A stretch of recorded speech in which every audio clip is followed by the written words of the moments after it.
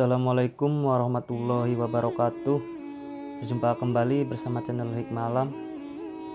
Apa kabar semua sahabat-sahabat? Semoga kita selalu dalam lindungan Allah Subhanahu wa taala yang Maha Pengasih lagi Maha Penyayang. Dalam kesempatan kali ini kita akan membahas kisah sejarah Sunan Derajat. Nama asli Sunan Derajat adalah Raden Qasim. Beliau putra dari Sunan Ampel dengan Dewi Condrowati dan merupakan adik dari Raden Magum Ibrahim atau Sunan Bonang.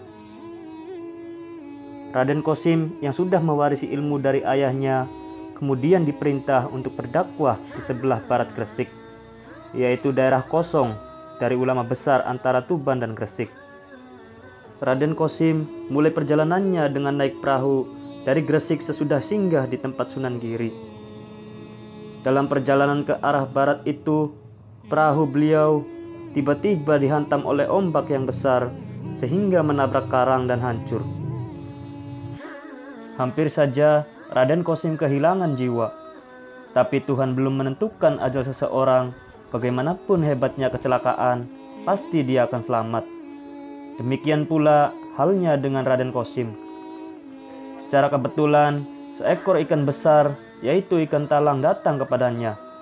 Dengan menunggang punggung ikan tersebut, Raden Qasim dapat selamat hingga ke tepi pantai. Raden Qasim bersyukur dapat lolos dari musibah itu.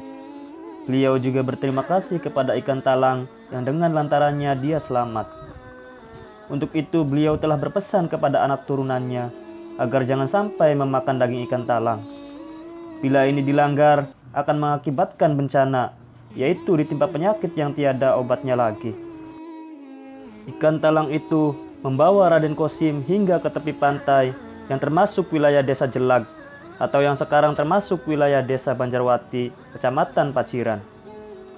Di tempat itu, Raden Qasim disambut masyarakat setempat dengan antusias. Lebih-lebih setelah mereka tahu bahwa Raden Qasim adalah putra Sunan Ampel, seorang wali besar dan masih terhitung kerabat keraton Majapahit. Di desa Jelag itu, Raden Qasim mendirikan pesantren. Karena caranya menyiarkan agama Islam yang unik, maka banyaklah orang yang datang berguru kepadanya. Setelah menetap 1 tahun di desa Jelag, Raden Qasim mendapat ilham supaya menuju ke arah selatan. Kira-kira berjarak 1 kilometer.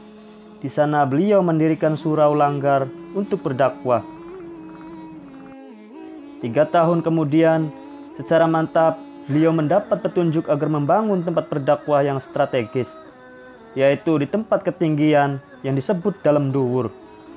Di bukit yang disebut Dalam Duwur itulah yang sekarang dibangun Museum Sunan Derajat. Adapun makam Sunan Derajat terletak di sebelah barat museum tersebut. Raden Qasim adalah pendukung aliran putih yang dipimpin oleh Sunan Giri. Artinya, dalam berdakwah menyebarkan agama Islam, beliau menganut jalan lurus, jalan yang tidak berliku-liku. Agama harus diamalkan dengan lurus dan benar, sesuai ajaran Nabi.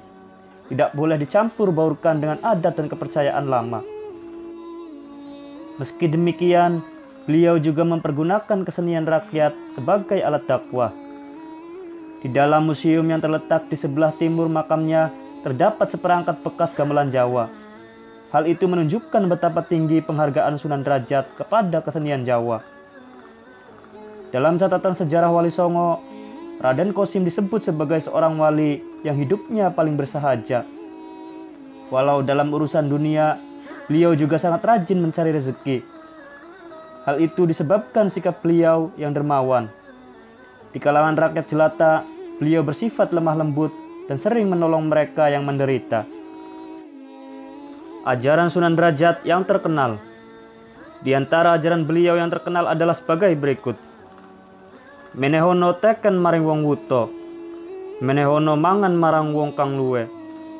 Menehono busono marang wong kang wudo. Menehono ngiyup marang wong kang kudanan. Artinya kurang lebih demikian. Berilah tongkat kepada orang yang buta. Berilah makan kepada orang yang kelaparan. Berilah pakaian kepada orang yang telanjang. Berilah tempat berteduh kepada orang yang kehujanan. Adapun maksudnya adalah, berilah petunjuk kepada orang yang bodoh atau buta. Sejahterakanlah kehidupan rakyat yang miskin atau kurang makan. Ajarkanlah budi pekerti atau etika kepada orang yang tidak tahu malu atau belum punya peradaban yang tinggi.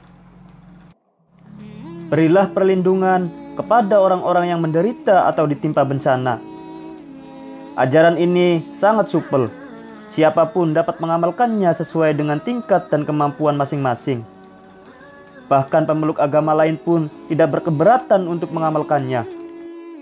Di samping terkenal sebagai seorang wali yang berjiwa dermawan dan sosial, beliau juga dikenal sebagai anggota Wali Songo yang turut serta mendukung dinasti Demak dan ikut pula mendirikan Masjid Demak, simbol kebesaran umat Islam pada waktu itu.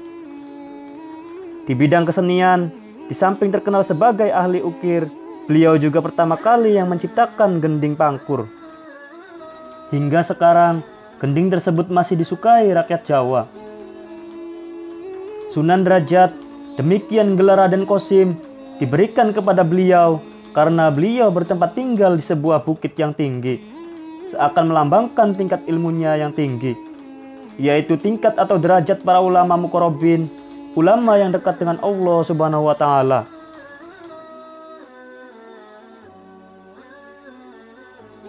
Itulah kisah sejarah dari Sunan Derajat. Semoga pembahasan kita kali ini dapat mengingat jasa-jasa para tokoh penyebar agama Islam terdahulu. Semoga pembahasan ini dapat bermanfaat untuk kita serta dapat menambah wawasan dan pengetahuan kita. Cukup sekian pembahasan kita kali ini. Mohon maaf apabila ada kata-kata saya yang salah. Akhir kata, wabillahi taufiq wal hidayah. Wassalamualaikum warahmatullahi wabarakatuh.